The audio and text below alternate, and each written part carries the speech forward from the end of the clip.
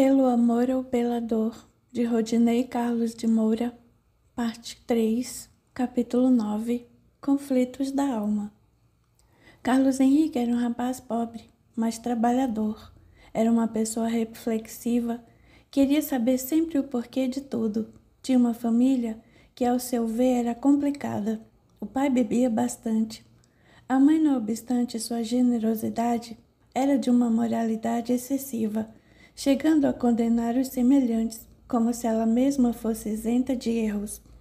Sua irmã somente queria saber de festas, dizia que procurava um grande amor, e por esta razão não conseguia ficar sozinha, estava sempre trocando de namorado. O rapaz era o mais jovem da família, gostava mais de ler, assistir a noticiários e a um bom filme, não era muito de sair, nem parecia viver os exageros nocivos de sua época, mas gostava de uma cerveja, de um churrasco. É verdade que ele também era moralista à sua maneira, sempre gostou de praticar esportes e dizia que não gostava de brigas. Apesar disso, não era de levar desaforo para casa. Seus mentores espirituais sabiam que ele tinha muito potencial, uma boa bagagem espiritual. Sabiam que nesta vida ele poderia melhorar bastante. No entanto, tinha ele o seu livre-arbítrio. Devemos ainda dizer que este rapaz era bastante machista, orgulhoso. Seria este o ponto que mais deveria trabalhar nesta existência. Sempre foi um ótimo aluno que chamava a atenção dos professores pela sua facilidade em aprender, assim como pela sua timidez. Bastava um elogio para que ficasse vermelho.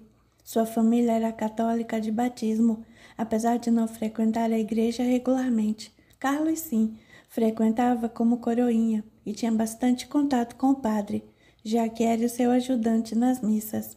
Apesar disso, as dúvidas de Carlos Henrique não eram eliminadas pelo catolicismo. Pelo contrário, tinha muita coisa que ele não entendia. Tinha muita coisa mesmo com as quais ele não concordava. Aos 16 anos, um colega dele, Alexandre, convidou para conhecer a casa espírita que frequentava. Carlos aceitou de maneira tão espontânea que nem mesmo entendeu o motivo. Começou a ir à mocidade junto de seu amigo e logo estava sendo admirado pelos participantes do grupo, que percebiam sua facilidade para o estudo. Mas Carlos era também muito crítico, muito questionador, características que não costumam agradar muito. Estava sempre dando sua opinião a respeito de como deveriam ser os estudos, se o grupo poderia melhorar aqui ou ali, e em breve tornou-se um bom colaborador. Começou a participar em todos os setores do centro espírita, não se limitando aos trabalhos da mocidade. Carlos Henrique sentia que sua vida estava mesmo diferente, que uma atmosfera maravilhosa o envolvia. Percebia agora que poderia sentir muito prazer, encontrar muita alegria na nobre arte de servir. Sentia-se até mais calmo, sereno. No entanto, algo aconteceu de inesperado. Um belo dia no trabalho, seu companheiro foi extremamente grosseiro com ele. Carlos respondeu de pronto, causando certa humilhação ao colega.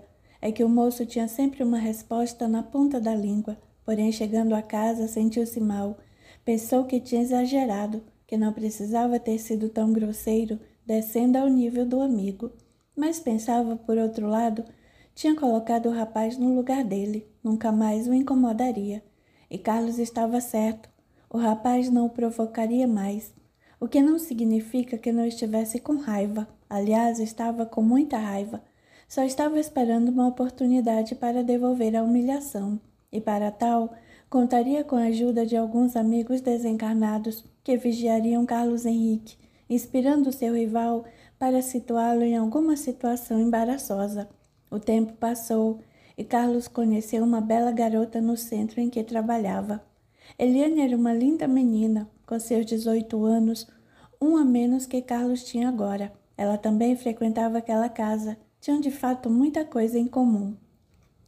A admiração mútua foi crescendo entre eles. Perceberam que gostavam um da companhia do outro. E assim a aproximação ocorreu naturalmente. Eliane estava cursando pedagogia. Todo dia Carlos a buscava na faculdade, que ficava na mesma cidade em que eles residiam.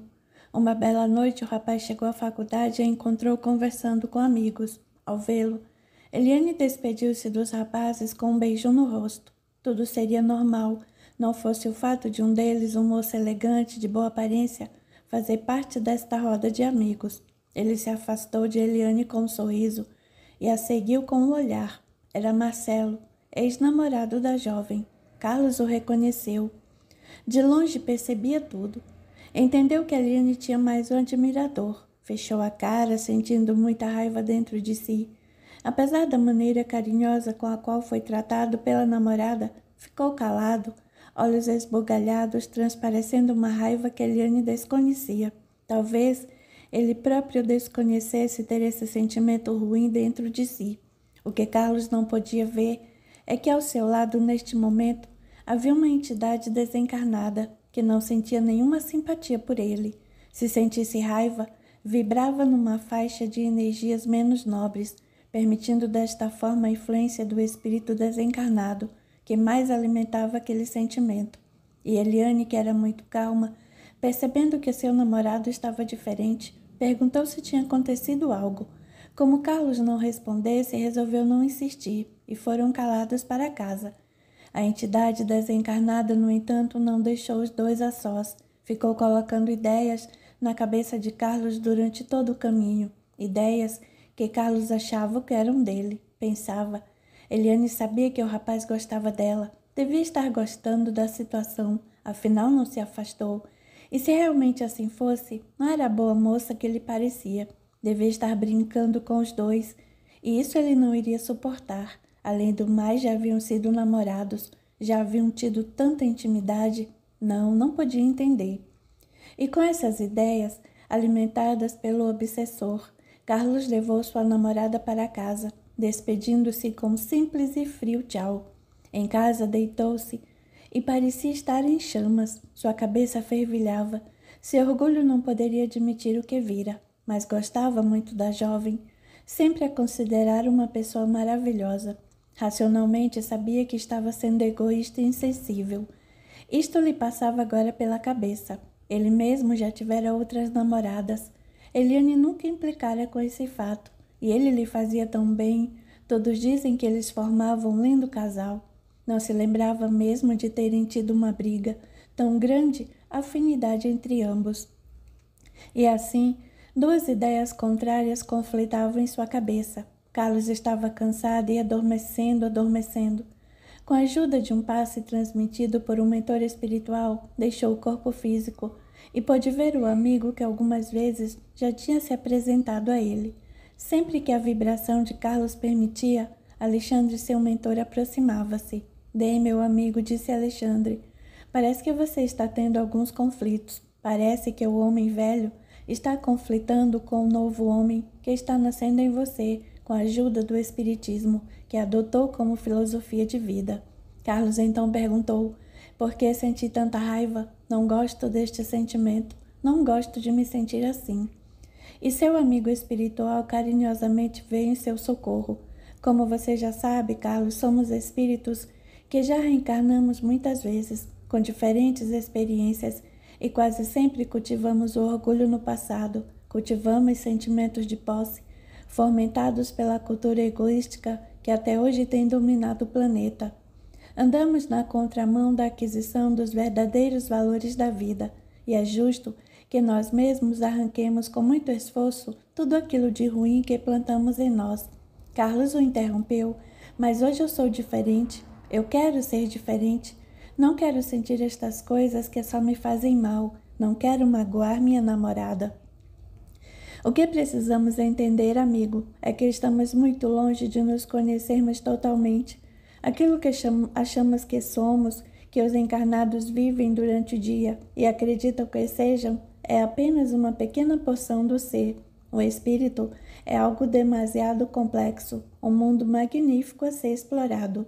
Nossa mente é cheia de detalhes que precisamos compreender para um melhor crescimento espiritual. Temos em nós o ontem, o hoje e o amanhã.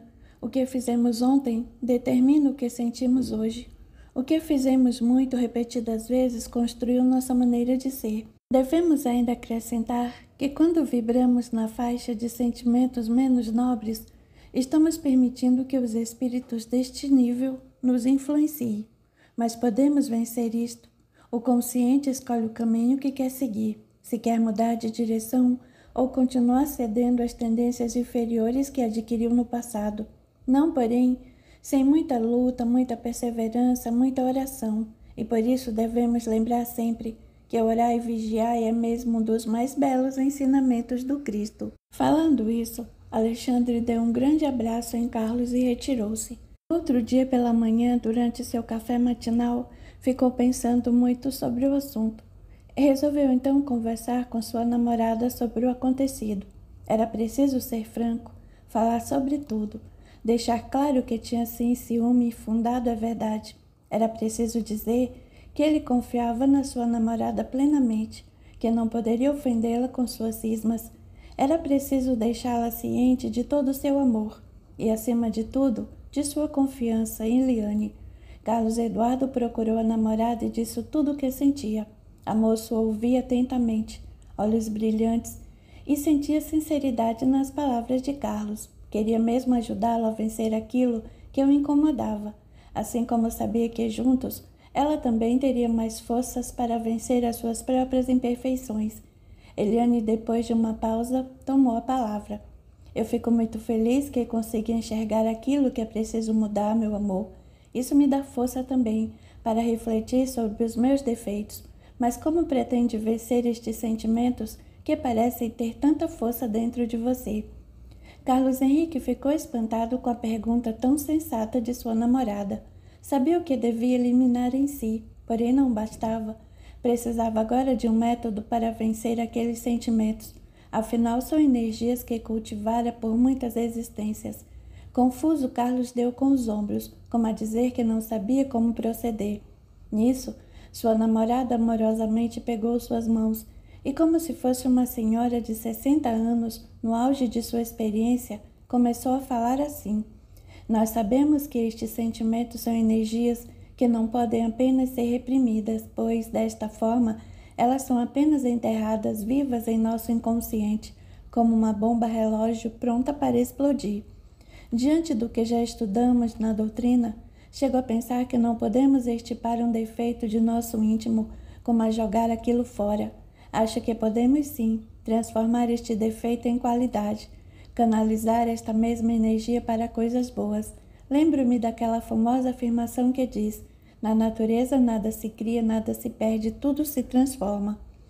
Carlos parecia interessado nas deduções de Eliane e pediu que continuasse. Continue, estou entendendo. Como poderíamos transformar o mal em bem? Eliane prosseguiu humilde. Vamos imaginar que nós somos uma esponja no mar, imersa no mar de amor, que são os pensamentos divinos, onde todos estamos mergulhados no átomo ao arcanjo. Sabemos que as esponjas, através de seus poros, permitem que as águas as penetrem, realizando desta forma sua alimentação, assim como sua respiração e excreção. E nós, quando nos dedicamos ao trabalho do bem, quando vigiamos nossos pensamentos, quando nos colocamos em oração, estamos nos colocando em contato com os espíritos de luz, vibrando numa faixa de energias sutis.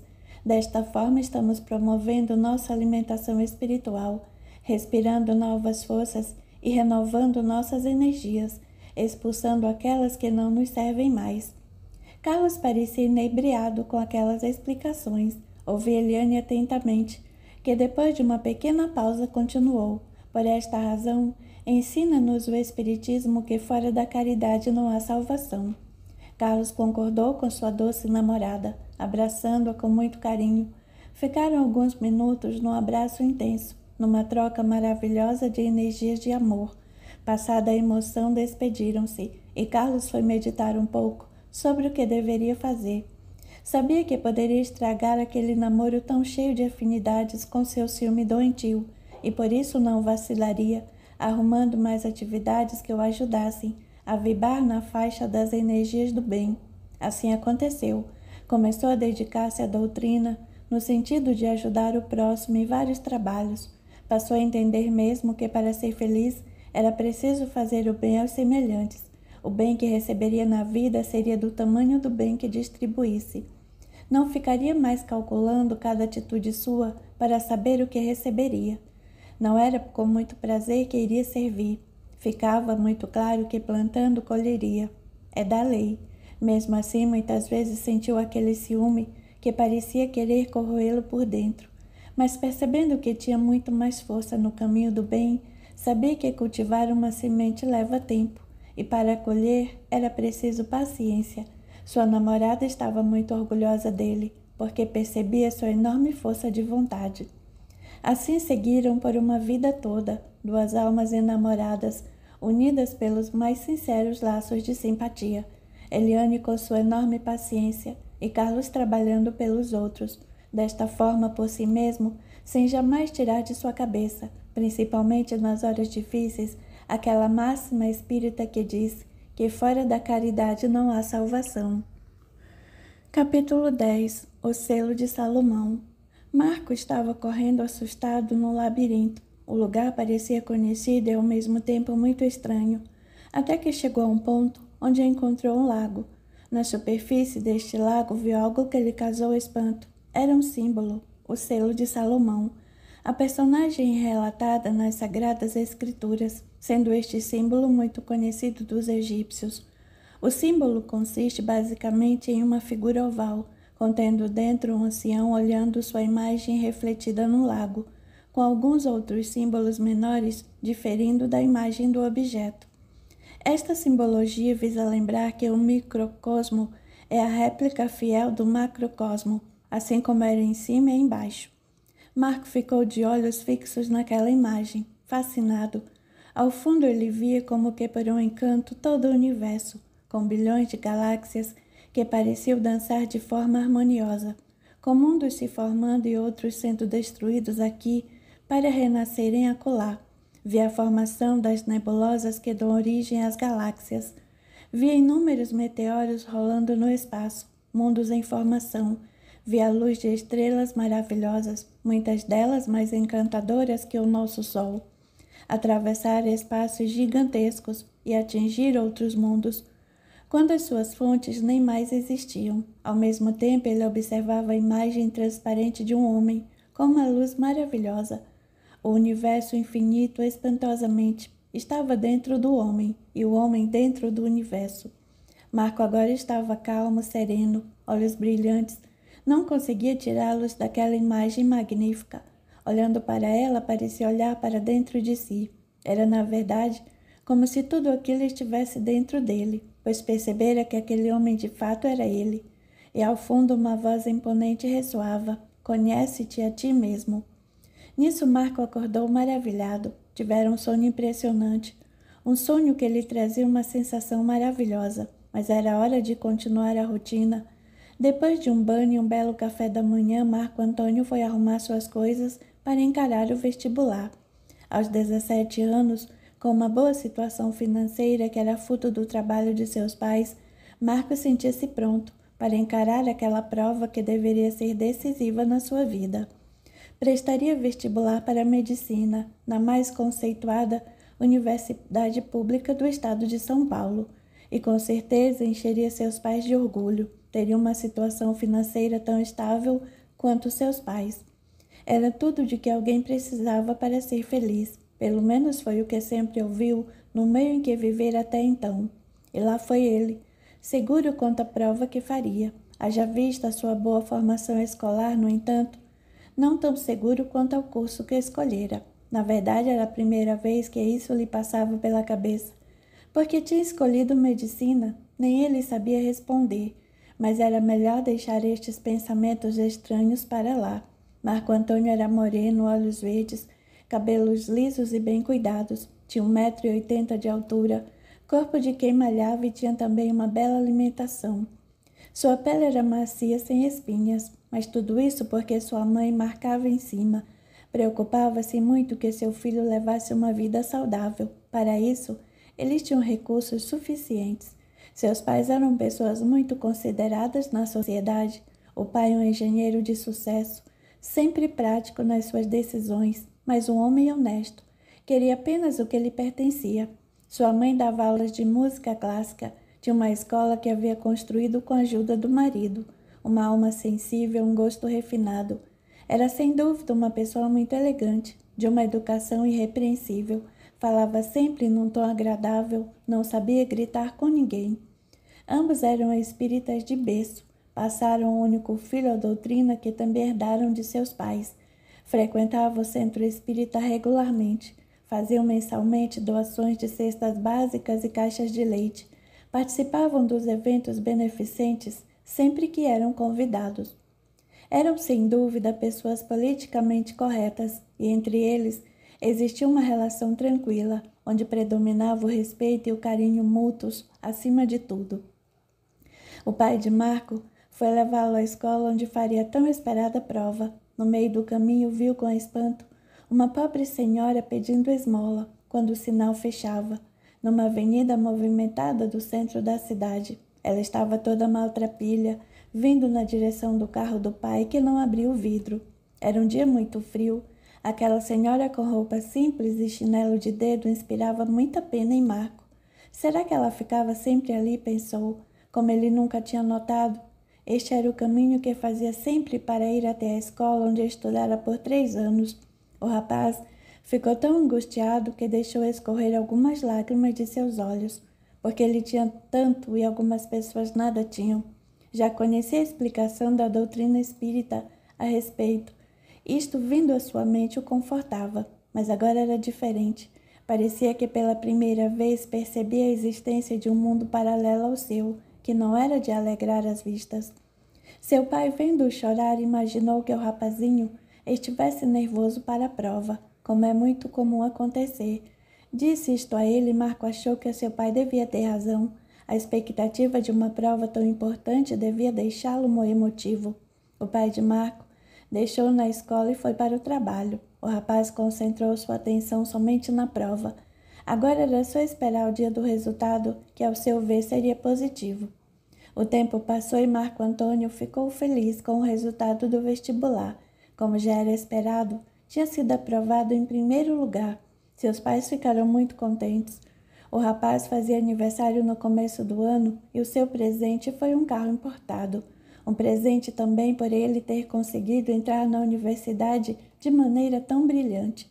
Já no primeiro dia, Marco teve grandes surpresas. Ele encontrou muitos conhecidos que aplicavam trotes nos chamados calouros, o que o deixou estupefato. Eram brincadeiras violentas, bárbaras. Não podia compreender como alguém poderia divertir-se com aquele tipo de brincadeira. Viu que ali havia muita bebida também, muita droga. Quase todo mundo fumava, como se aquilo fosse um símbolo de liberdade. Percebeu que muitos dos universitários presentes eram participantes do mesmo centro espírita que ele e sua família frequentavam. Percebeu que a sensualidade era o sentimento ali dominante. Marco ficou pensando que tanto dinheiro era gasto com coisas fúteis e até prejudiciais às pessoas. Lembrou-se da senhora pedindo esmola na rua, no dia em que foi fazer a prova. Pensou que a sociedade era mesmo injusta e que ele próprio já gastara tanto sem pensar em nada disso. Não entendia também porque aquilo lhe vinha à mente agora, mas era um sentimento muito forte. E as aulas se iniciaram. Marco ia todo dia para a escola, sem ter um em que não visse aquela senhora e que não pensasse a respeito. Muitas vezes deixava algum trocado para ela, ia para suas aulas pensando nas inúmeras pessoas que deveriam existir, nas mesmas condições que a pobre velhinha. Passaram-se os 4 primeiros anos sem que acontecesse alguma coisa digna de menção, com exceção do fato de Marco Antônio continuar a ter aquele sonho com uma certa frequência. Um sonho que o intrigava e que, curiosamente, ele não contava a ninguém. Era comum também sonhar com alguns amigos de quem não se lembrava, que eram desta mesma existência reencarnatória. Por esta razão, julgava serem eles amigos espirituais, julgava com acerto. Eram espíritos simpáticos que o visitavam com frequência durante o sono do corpo e que se revezavam para auxiliá-lo durante o dia, como acontece a todos nós. Espíritos que trabalham muito para ajudar-nos a cumprir o planejamento de nossa existência aqui no planeta.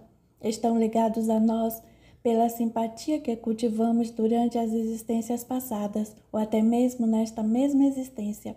Durante o dia, Marco tinha uma vaga recordação dos sonhos com seus amigos, mas jamais se lembrava da conversa que tinha com eles.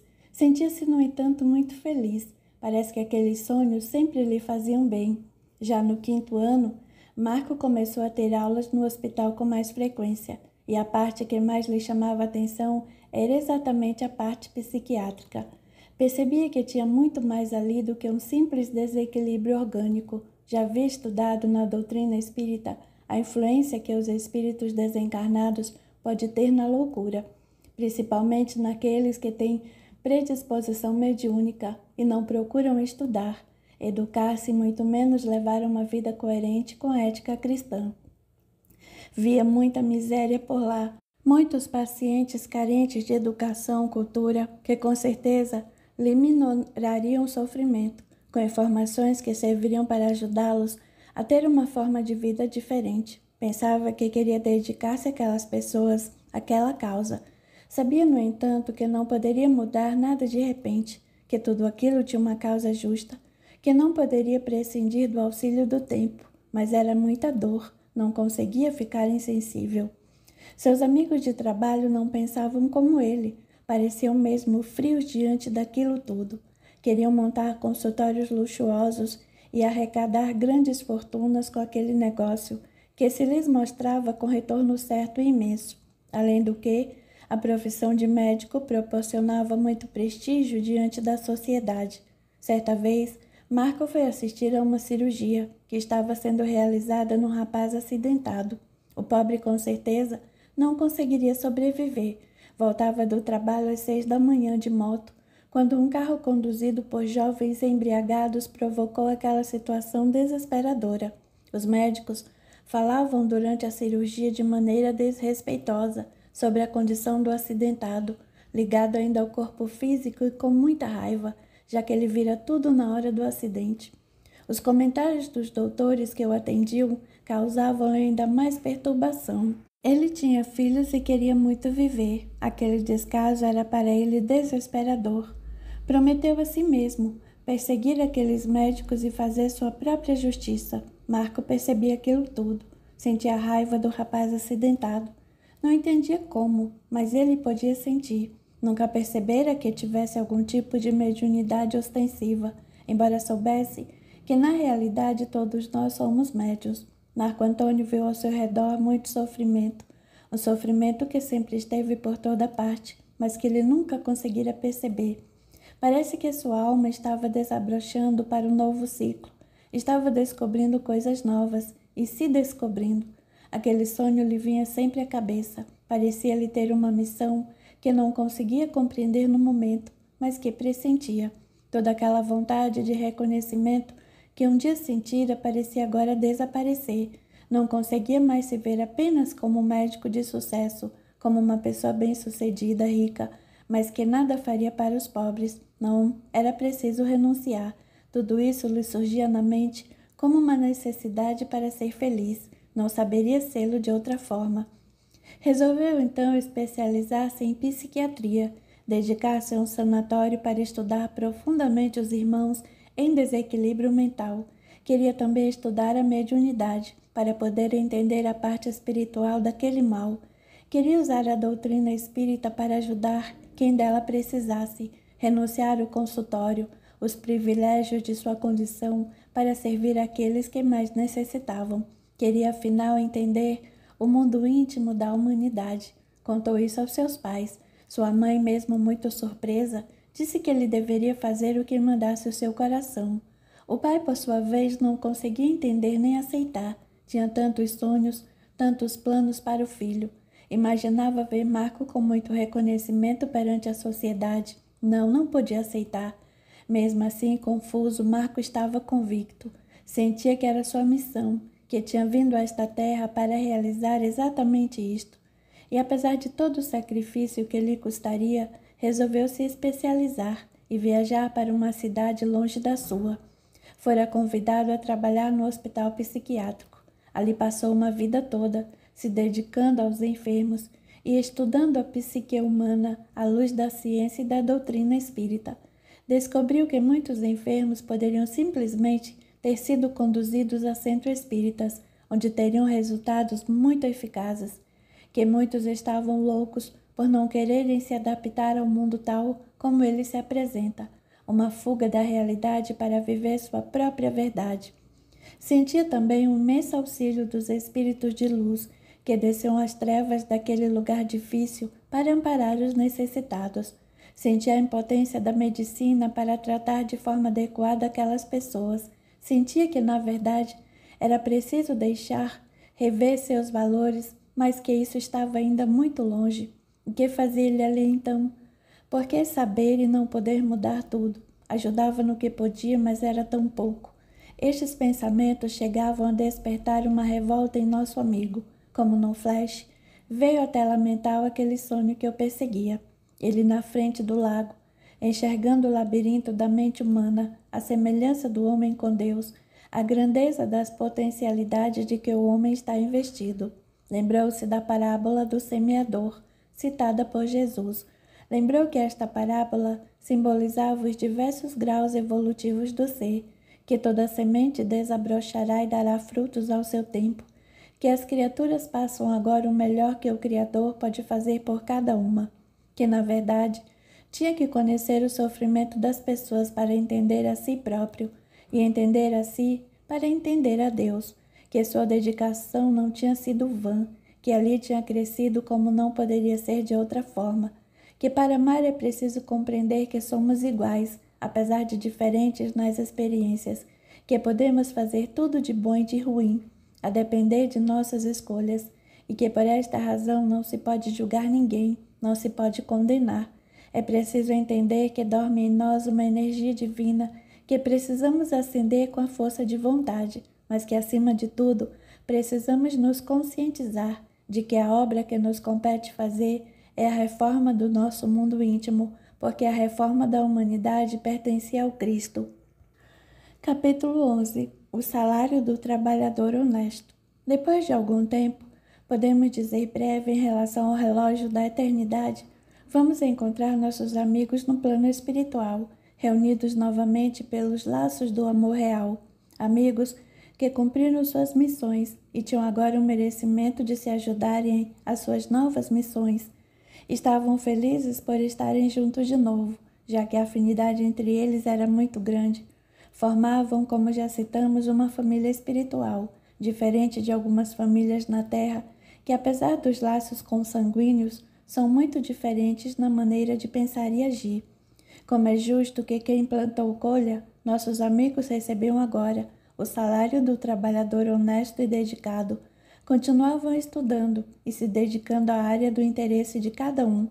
Mateus e Carina prosseguiu ali, no país da realidade, onde nada se pode dissimular, enamorados, lapidando cada vez mais este diamante que é o amor espiritual, aprendendo a se respeitarem e se ajudarem, depois de vencerem as batalhas na crosta terrestre. O amor divino nos aceita de maneira incondicional, assim também deve ser o amor de alma para alma, muito embora deva sempre existir afinidade entre o casal para caminharem juntos. É preciso ter em mente que nunca encontraremos ninguém idêntico a nós mesmos.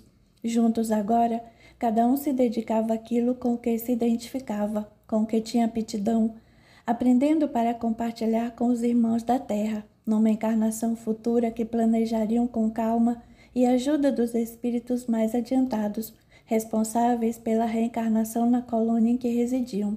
Agora, no entanto, era hora de aproveitarem o tempo que conquistaram e plantar juntos novas sementes do progresso, e assim faziam.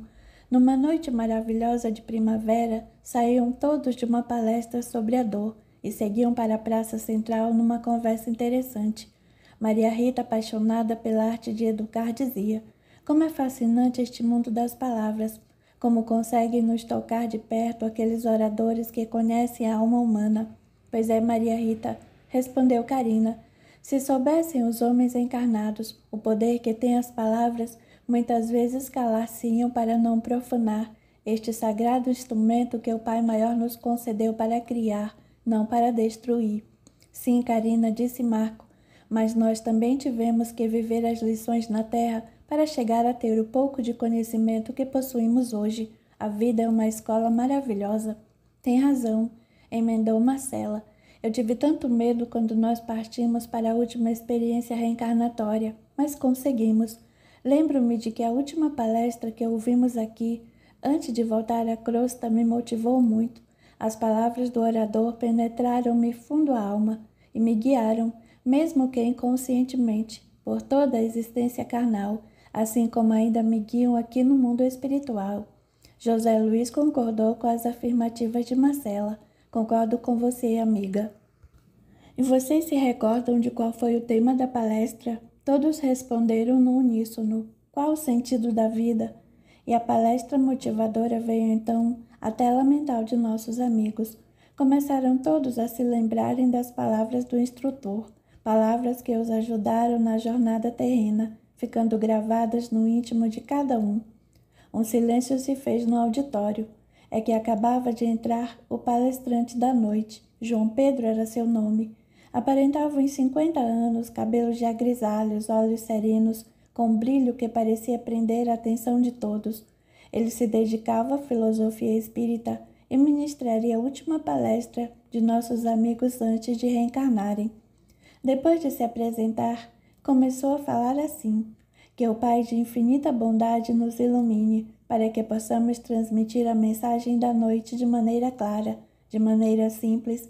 E o título da nossa palestra hoje é uma pergunta: qual o sentido da vida? Resposta: para me servir de uma expressão corrente direi, pela sua vontade. Nada caracteriza melhor essa vontade onipotente do que estas belas palavras da Gênese. Deus disse: faça-se luz, e a luz foi feita. Podemos perceber através desta questão que tudo que Deus criou foi a luz, a vida é a luz, e no momento delicado pelo qual passamos a humanidade, é muito comum vermos pessoas totalmente desorientadas, equivocadas a respeito do verdadeiro sentido da vida. Chegamos ao plano físico depois de um planejamento reencarnatório, muitas vezes com traumas inúmeros de outras existências, com uma bagagem espiritual enorme, pois somos espíritos milenares e já reencarnamos muitas e muitas vezes, uma bagagem espiritual que moldou nossa personalidade atual. Antes de reencarnar, com o auxílio dos espíritos mais adiantados que nós, fazemos uma recapitulação de existências pretéritas. A maioria de nós errou muito no passado e lembramos-nos disto com pesar.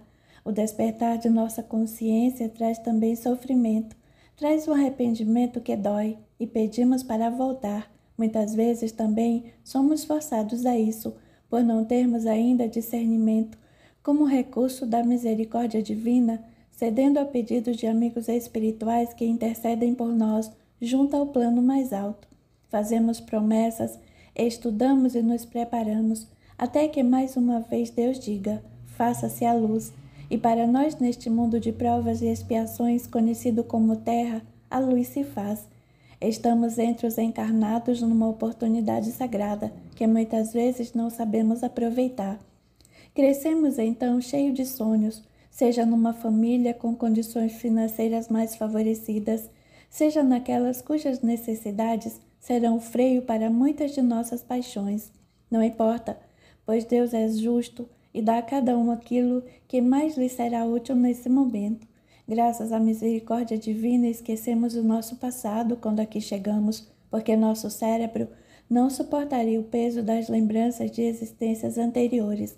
Não suportaríamos lembrar que matamos sem piedade, que usurpamos, que abandonamos a esposa com o filho, que escravizamos e promovemos guerras em nome de Deus. Com certeza seria pesado demais para nós lembrarmos de que desobedecemos os ensinamentos do Mestre Jesus, fazendo aos semelhantes muitas coisas que não gostaríamos que fizessem a nós. Mas o grande legislador do universo guardou em nossa consciência um livro sagrado do que é certo e do que é errado.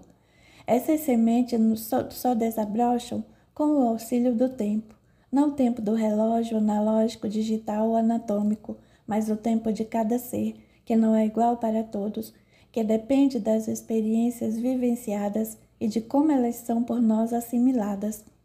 Com o desabrochar da consciência, vamos percebendo cada vez mais que fomos criados para aprender, para amar, para progredir, que Deus fez a luz e que não podemos colocar trevas na vida alheia, sem com isso obscurecermos nosso próprio interior. Não poderemos jamais profanar a centelha divina, levando sofrimento aos nossos irmãos, sem arrecadar com isso sofrimentos para nós mesmos. Por esta razão, muitos de nossos sonhos são frustrados. Faz parte das expiações e provas que tenhamos aquilo de que precisamos, mas nem tudo o que desejarmos. Passamos então por decepções, privações, enfrentamos obstáculos, muitos deles para que não venhamos a cair novamente nos mesmos erros que cometemos no passado. Alguns outros para que possamos entender a dor que impusemos aos nossos semelhantes e possamos vivenciar aquilo que fizemos nosso próximo sofrer. Algumas vezes o fardo parece pesado demais, buscamos refúgios equivocados de todos os tipos, segundo a personalidade de cada um, seja na bebida ou em outras drogas mais pesadas, seja no consumismo, visando tapar um abismo que só aumenta, querendo preencher um vazio que só com a luz da caridade poderá ser preenchido. Muitas vezes, permanecemos equilibrados e buscamos os médicos convencionais, os psiquiatras, sempre respeitáveis, mas limitados, por tratarem sempre o efeito e não a causa que tem suas origens em existências pretéritas. Muitas vezes nos esquecemos de que o médico das almas, o Cristo de Deus, nos receitou fazer o bem como medicamento indispensável para o nosso equilíbrio. No entanto, somos rebeldes, ainda que inconscientes e tentando lutar contra a vida. Esquecemos-nos de que ela é por nós e não contra nós, e que as leis divinas são eternas e imutáveis. Vibrando na faixa do desânimo, do desespero, da rebeldia, atraímos para nós aqueles irmãos que ferimos em outras existências e que hoje os chamamos de obsessores. Irmãos que em sua ignorância vêm nos cobrar, que não foram capazes de nos perdoar, mas que representam para nós uma oportunidade de regeneração, uma oportunidade de ficarmos em paz com a nossa consciência. São espíritos que vão fazer de tudo para atrapalhar nossa vida, a fim de que passamos por aquilo que nós os fizemos passar, que vão fazer de tudo para nos levarem à loucura. Mas isso só será possível se estivermos ainda vivendo fora dos princípios de amor e caridade, fora do ensinamento do Evangelho que Jesus nos deixou como manual do bom viver. Isso só será possível por termos ainda muitos defeitos para deixar para trás, manifestando nossos velhos vícios, vibrando negativamente. Atraímos esses irmãos que nos impõem sofrimentos, que nos forçaram a buscar ajuda quando estivermos cansados de sofrer, pois Deus respeita a nossa liberdade e aguarda o nosso crescimento. Se é justo que plantemos o que queremos, é da lei que colhemos os frutos de nosso plantio, sejam eles felizes ou infelizes, segundo tenhamos semeado bem ou mal. Se o Cristo disse, pagai o mal com o bem, é natural também que nós reconduzamos estes irmãos que se julgam fortes, mas que nada podem ser a permissão de Deus, de volta à rota de luz. Só o faremos com nosso exemplo, com resignação, com fé no Deus onipotente, que, segundo as palavras de Santo Agostinho, não aceita o pecado, mas ama o pecador. Antes de pedirmos perdão a Deus, que não julgue nem condena ninguém, antes de pedirmos perdão aos nossos irmãos, que hoje nos perseguem por erros do passado, precisamos aprender a perdoar a nós mesmos. Como seria possível amar o semelhante, ainda que eu tentasse com toda a minha garra, que eu me esforçasse para fazer o certo, que eu quisesse muito fazê-lo, se ainda não sou capaz de amar a mim mesmo? Se não me aceito com todos os meus defeitos, se não sei enxergar em mim qualidades que todos possuem, se não sei valorizar-me como ser humano, digno, capaz, como poderia distribuir um amor que não possuo? Como poderia eu ser gentil se não me trato bem? Ser tolerante com os que me rodeiam se me cobro tanto? Se ainda não aprendi ao menos me perdoar, se ainda não entendi que as pessoas erram, isso faz parte de um processo evolutivo, que eu sou igual a qualquer outro ser humano. E por esta razão eu erro também.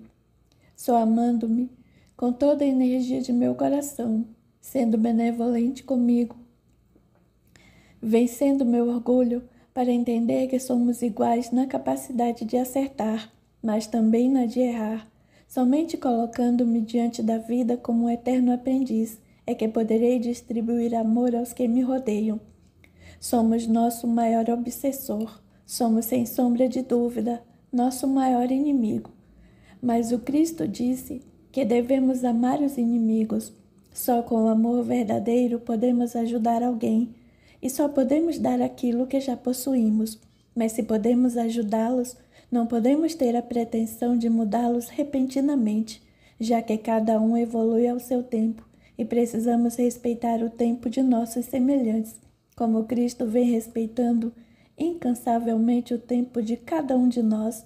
Façamos aos outros o que queremos que os outros nos façam. Portanto, se estou consciente de que a vida é justa, se já consigo entender que não sou nenhum coitadinho, se já consigo amar-me a si mesmo, se estou disposto a pagar o mal que fiz em outras existências, fazendo bem sem olhar a quem, nestas e nas minhas vidas posteriores, tenho que respeitar se um destes meus irmãos não quiser ou não puder perdoar-me ainda. É preciso continuar, seguir a marcha da vida, que é sempre para a frente. No entanto, na prática é muito complicado ser resignado. É difícil ter este espírito de aceitação sem se maltratar. Assim é preciso entender qual é o sentido da vida, para que não entremos no vale da depressão, para que não desistamos de viver. Esta doutrina maravilhosa veio nos dar provas incontestes de que é impossível morrer e que, se não cumprirmos nossas missões nesta existência, vamos ter que cumpri-las em outras, mas vamos cumprir porque, afinal, aquilo que Deus quer que aconteça, fatalmente acontecerá. Precisamos buscar o sentido da vida para entendermos que, se muitas vezes é preciso renunciar, estamos, na verdade, renunciando em nosso favor. Não estamos renunciando por sermos bons, já que Jesus, chamado de bom, disse que bom só o Pai o é. Nós vamos entender mais tarde, quando adquirirmos, através da vivência, conhecimentos novos, que toda renúncia que fizemos na terra livrou-nos de um perigo que nos rodeava, e que esta foi a maneira que a misericórdia divina nos deu para livrar-nos do assédio das trevas. Mais uma vez é preciso dizer que, se nesta existência renunciamos algo, o fizemos em nosso favor. Urge, portanto, escolher a porta estreita, como recomendou Jesus, o mesmo Jesus que nos deixou em ensinos, parábolas e também no seu exemplo qual o sentido da vida. Ele que disse não ter vindo para ser servido, mas para servir, e que lavou os pés dos seus discípulos no último exemplo de humildade. Nós, que nos dizemos cristãos, precisamos cultivar as duas características que mais nos assemelham ao Criador, a saber, o dom de criar e a necessidade de fazer o bem, de doar. O homem que vive só para o trabalho, pela simples necessidade de tirar dali o seu pão, é geralmente uma pessoa triste. Isso porque está na sua natureza criar, conquistar, no sentido nobre da palavra, e a modernidade sufocou isso em nós. Tudo vem tão fácil para algumas pessoas que elas pensam que não precisam conquistar nada. Em outros, no entanto, foi sufocado esse dom pela exclusão social, e eles se sentem indignos, incapazes. Vejam que contradição. O homem moderno compra tudo aquilo de que precisa para não ter que esforçar-se, para trabalhar cada vez menos, e tudo fica tão fácil que a vida perde o seu sentido. Não que seja errado querer progredir, o progresso é uma lei divina, mas é necessário colocar ocupações na vida, dar a esta existência um sentido nobre e não viver para o nada. Desta forma a vida fica tediosa e o homem fica deprimido. Vai ao psicólogo, que recomenda que ele faça artesanatos como terapia, que ele trabalhe como voluntário para sentir-se útil. Vejam que contradição! Nós precisamos ser úteis, desenvolver nossa habilidade de criar antes de ficarmos deprimidos. No entanto, mais importante do que criar para nós conectarmos com o Criador Supremo é saber refletir sobre o que vamos criar, pois o que criamos é nosso. As consequências de nossa criação pertencem a nós. É necessário lembrar, é pelo pensamento que estamos constantemente criando. Se pensamos positivamente, estamos criando coisas nobres, mas se negativamente, Se só sabemos ver o lado menos ensolarado da vida, estamos nos enclausurando numa neblina de energias negativas. Precisamos vigiar os pensamentos. Precisamos entender que todo pensamento que enviamos volta para nós, como um bumerangue de energias, que traz consigo a energia que capta pelo caminho. Precisamos sim, sem sombra de dúvidas, vigiar constantemente os pensamentos e, acima de tudo, doar de nós mesmos.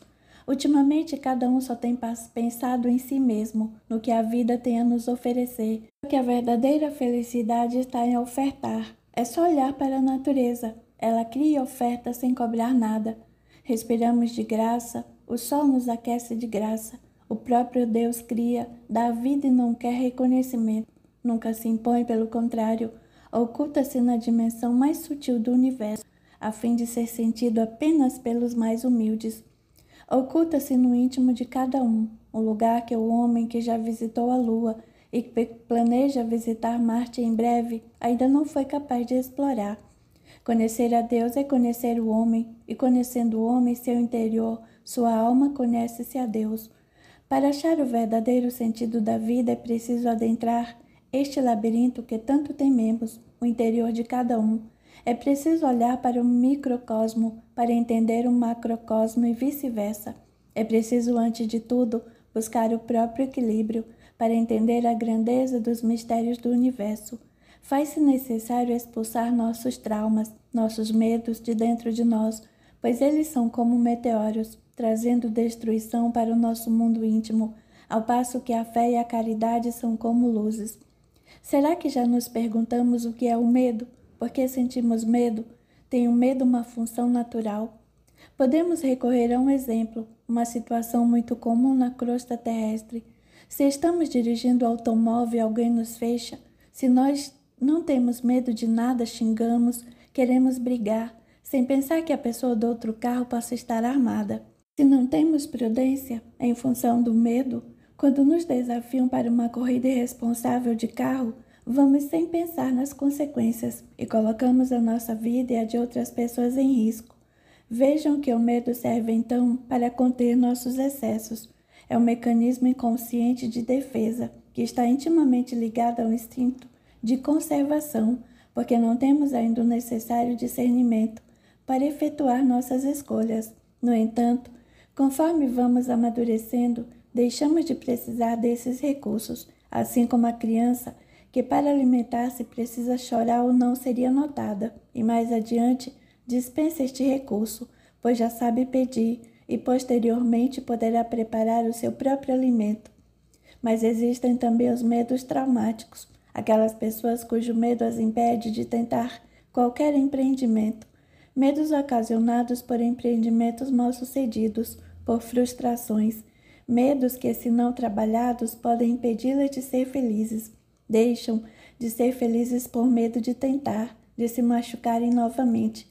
É preciso encontrar o caminho do meio. Precisamos, através da fé e da caridade, despertar o Deus que dorme em nós. É preciso nos reencontrarmos com a nossa essência. Sois deuses, disse o Mestre. Podeis fazer tudo o que eu faço e muito mais se tiverdes fé. Precisamos encontrar a nossa felicidade nas pequenas coisas. Sabemos que nosso planeta não é um paraíso, é um mundo de provas e expiações. E para termos forças para superar nossas provas e suportar nossas expiações de maneira cristã, precisamos da fé e da caridade.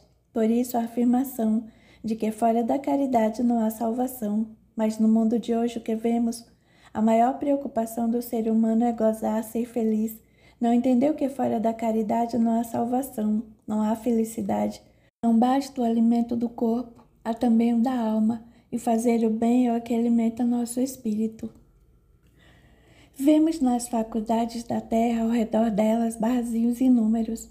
Vemos estes barzinhos lotados, os alunos preocupados apenas em pegar o diploma de uma profissão que muitas vezes os pais os ajudaram a escolher, baseados apenas no campo profissional, se vai dar ou não dinheiro.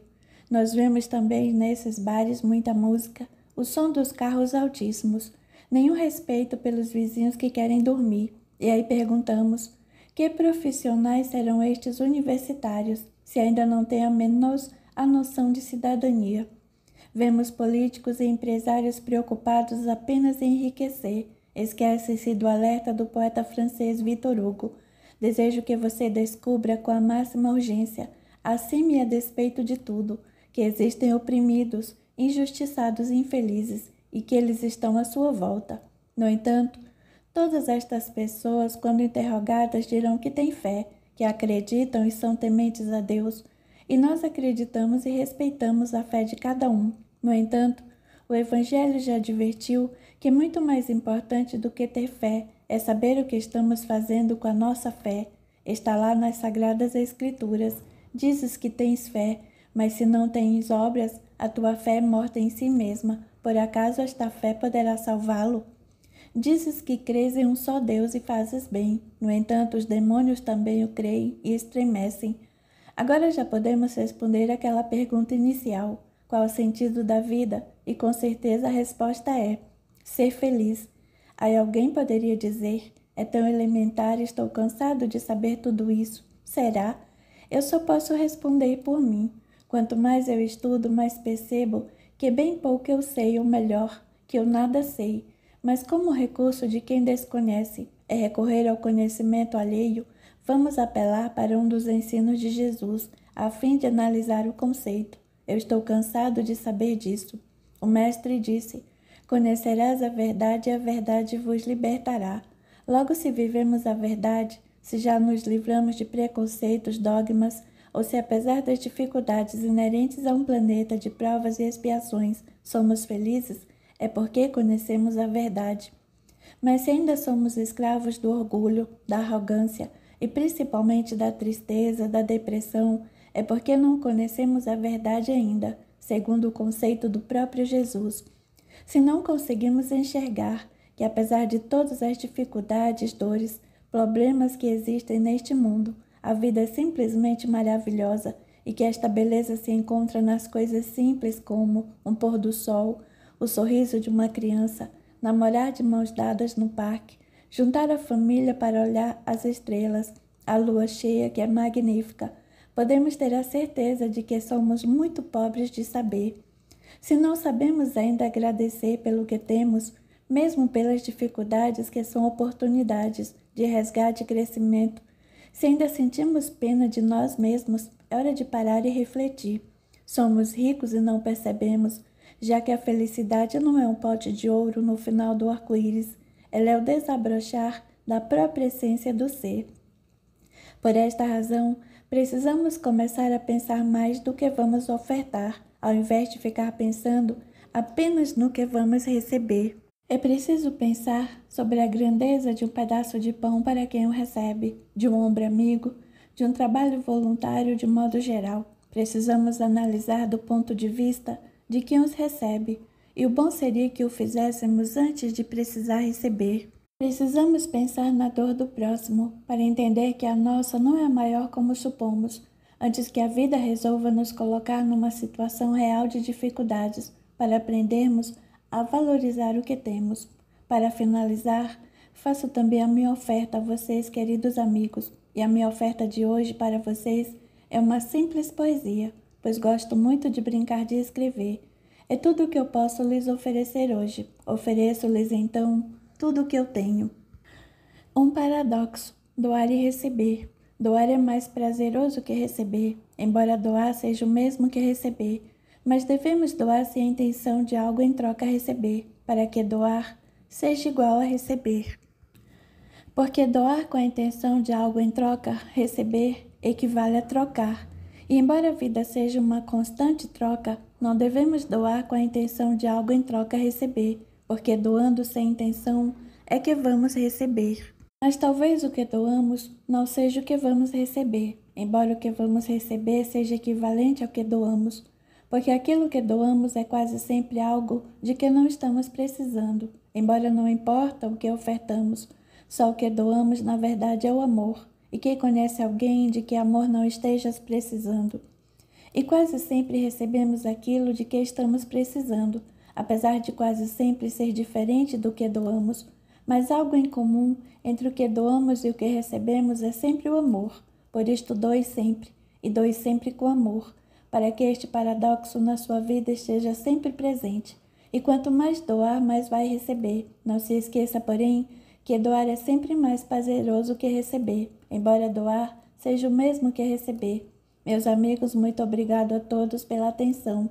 Que vocês sejam bem-sucedidos em suas futuras reencarnações, sabendo aproveitar esta oportunidade sagrada, e que o Deus de infinita bondade continue nos abençoando. E a lembrança clara daquela palestra incentivou a gostar da reflexão para todos eles. Capítulo 12. A lição que fica. Nossos amigos continuam dedicando-se na colônia espiritual àquilo com que tinham aptidão. Todos, sem exceção, trabalhavam e estudavam muito. Ajudavam-se e os laços de amor só cresciam. Um final feliz para uma história que continua sempre, mas um final que eles mesmos escreveram. Pois alguns ali chegaram depois de aceitar com resignação suas provas, como Maria Rita, José Luiz e Marco. Outros tiveram um pouco mais de dificuldade para acolher o fato de que não podemos jamais fugir das consequências de nossas escolhas. Marcela sofreu bastante antes de aceitar que na ausência da luz prevalecem as trevas, mas se a vida é uma escola, feliz daquele que consegue aprender. Mateus e Karina tiveram que passar novamente pela mesma série na escola da vida, por situações muito difíceis, para entenderem que as leis divinas são imutáveis. Carlos Henrique nunca defrontou um inimigo tão forte, tão temível quanto a si mesmo. Entendeu que somos nós o maior obstáculo à nossa própria felicidade, que orar e vigiar não é mero preceito religioso, é uma questão de sobrevivência. Luiz Fernando compreendeu que heróis existem e muitos deles preferem o anonimato, que existe muito heroísmo em pensar no próximo antes de pensar em si mesmo, que existe muito heroísmo na simplicidade de dar um pedaço de pão, um agasalho e principalmente do seu tempo, de dedicar-se à construção de um mundo melhor, sem exigir recompensas e aplausos. E apesar de estarem separados nesta jornada que trilharam, algo com certeza tinham eles em comum. Todos eles foram convidados pela vida a se superarem. Todos eles aceitaram o desafio, até mesmo Adriano, que percebeu pela dor, bendito instrumento de elevação, que temos exatamente aquilo que merecemos, que a vida conspira ao nosso favor, e que só depende de nós mesmos enxergar que ela é maravilhosa. Entendeu que existem situações muito mais difíceis e complexas do que a nossa, e para entender isso, precisamos simplesmente sair do nosso mundinho e olhar para os lados. Existe muito sofrimento e bem pouco esclarecimento. Existe tanto trabalho a fazer que não sobraria tempo. Aquele que se dedicasse para reclamar de nada, fora da caridade não há salvação, não nos esqueçamos disso. Os amigos agora estavam felizes por estarem juntos, mas o salário só veio depois do mês trabalhado. É necessário refletir que nós outros também não podemos colher sem plantar, que percebamos ou não, estamos plantando todos os dias, a colheita é inevitável. Os nossos amigos, agora reunidos pelos esforços próprios de quem não aceita a derrota, gozam felizes o salário do trabalhador, honesto e dedicado. Maria Rita continua a dedicar-se à educação, assim como Karina, que sempre gostou desta área e por algum tempo na terra teve que ceder às imposições dos pais. Ali cada um servia no que podia, dedicava-se ao que achasse poder ser útil e do que mais gostasse. Mateus e José Luiz entenderam que muito mais do que falar é preciso agir, que a palavra vale prata e que o exemplo vale ouro, que aqueles que se alistam no exército do Senhor não têm o direito de desertar, conforme a advertência conhecida, que o tempo é o único Senhor de todas as verdades. O amor agora os unia. Todos entendiam qual o significado desta palavra, todos vibravam e alimentavam-se deste sentimento. Continuariam eles a sua jornada, rumo ao infinito numa escala sem fim, deixando a nós, no entanto, uma lição preciosa. É preciso continuar, seguir em frente e não ouvir os desanimadores. É preciso se superar apenas a si mesmo e que todo o resto seja disto consequência. É preciso que todos nós entendamos que o acaso não existe e que a vida tem um projeto para cada um de nós. Cada escolha nossa nos leva a algum lugar, iluminado ou não. É preciso acreditar, como é preciso respirar. Acreditar é o que nos faz seguir adiante. É preciso, como dizia nosso querido Chico Xavier, nos momentos difíceis, chorar sem alarde, lavar o rosto e continuar a trabalhar. Final.